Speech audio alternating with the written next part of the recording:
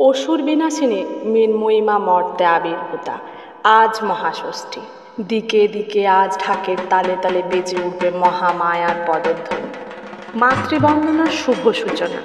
একটি বছরের অপেক্ষার অবসান ঘটিয়ে গৌরী তাঁর সন্তান সন্ততিদের নিয়ে নতুন সাজে ধরাধামের আগমন করেছেন। বাঙালির শ্রেষ্ঠ উৎসবে সকলে আনন্দে মুখরিত হয়ে উঠেছে।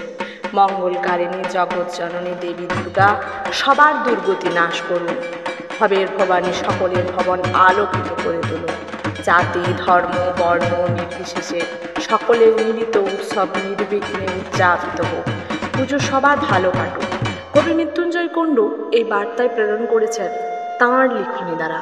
হোক সব সুর মিলন মধুর কবিতায়, যা বর্ণিত হয়েছে নয়নিকের কণ্ঠে। হাসিয়ানন্দে কাতুক সবার শারদীয়া উৎসব, আন্ধারে লুকোক ক্ষয়ক্ষতি ভয়, দুঃখের উৎসব খরা বন্যার দিন মুছে যাক, আকাশ সাজুক নীলে সোনালি রোদের রং মিশে থাক, নদী মাঠে খালে বিলে মেঘে মেঘে লেগে রামধনু রং সাজাক বসুন্ধরা, পদ্ম পাতায় শিশি নাচুক ঝড় মন মনোহরা, ফুলের গন্ধ ভরা প্রকৃতি শিউলি ছড়া খাসি, গাছের বনেতে আপন মনেতে বাতাস বাজাক বাঁশি, বছর বছর মানুষ করে শরতের ঋতু টানে, হোক সব সুর মিলন মুখ দোলা দিক প্রাণে প্রাণে। নমস্কার।